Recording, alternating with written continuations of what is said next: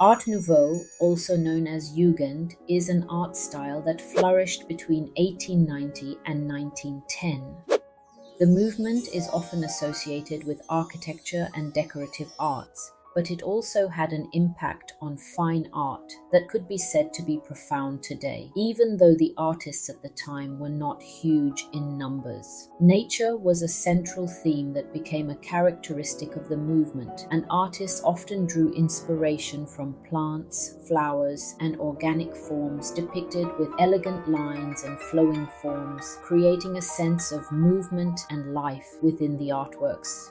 But Art Nouveau wasn't just about sprucing up the place with pretty flowers and swirly ornaments. It was actually a movement of artistic rebellion that wanted to overthrow the stodgy conventions of the time and liberate art from its academic chains. It aimed to break away from the dominant art styles of the time, such as realism, impressionism, and post-impressionism. While these established movements focused on depicting reality, everyday life, or the fleeting effects of light, Art Nouveau sought to introduce a new aesthetic that emphasized stylization, decoration, and organic forms. The movement aimed to create a distinct visual language that was independent of the artistic conventions that had shaped the late 19th century art world. Mythological figures were common in addition to the flowers and flowing lines. Art Nouveau artists wanted to put our attention on the connection between humanity and nature. This symbolism extended to a broader philosophical and spiritual context and was meant to be a reaction against the industrialization and materialism of the era. By infusing their work with these symbolic elements, Art Nouveau artists wanted to evoke a sense of beauty, mystery, and a return to the natural order, offering an escape from the harsh realities of modern life.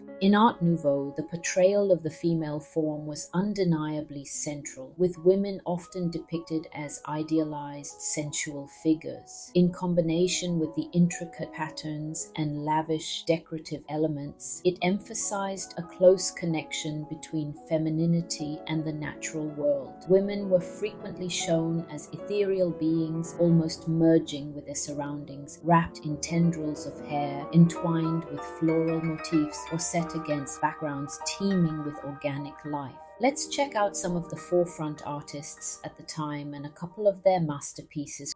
Gustav Klimt was one of the most influential artists of his time and a central figure as the first president in the Vienna Secession.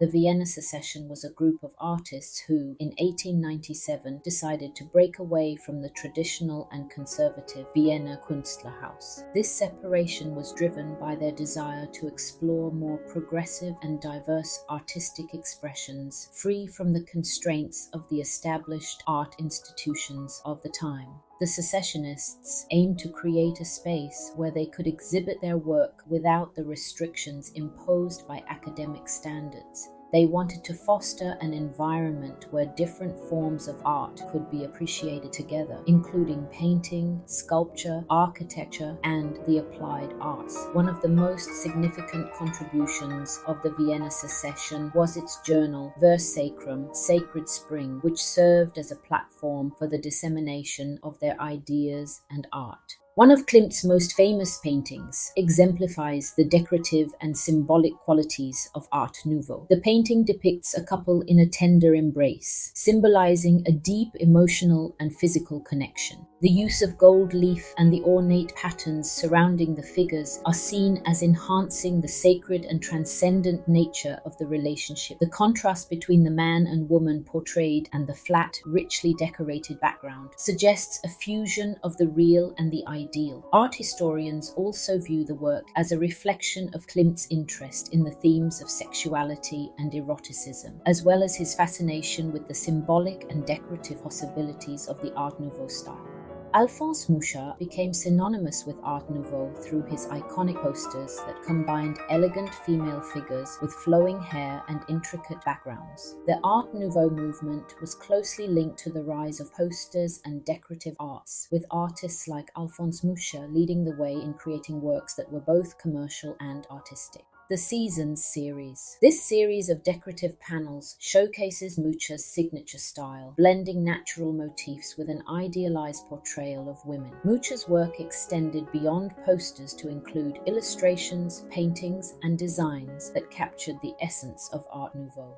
Aubrey Beardsley was an English illustrator known for his black and white drawings that were both provocative and highly stylized. His illustrations for Oscar Wilde's play Salome are among the most famous examples of Art Nouveau in graphic art, characterized by their intricate line work and dark themes. Typical of Beardsley's work was a bold use of contrast and a distinct sense of elegance that left a lasting impact on the movement.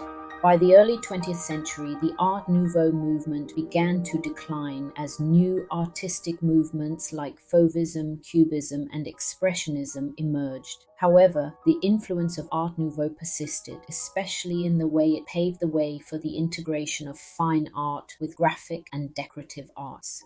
The legacy of Art Nouveau can for sure still be seen today, and the huge popularity of this visual style was one of the reasons we wanted to make this video, to create a historical context to what many creators use as a style today.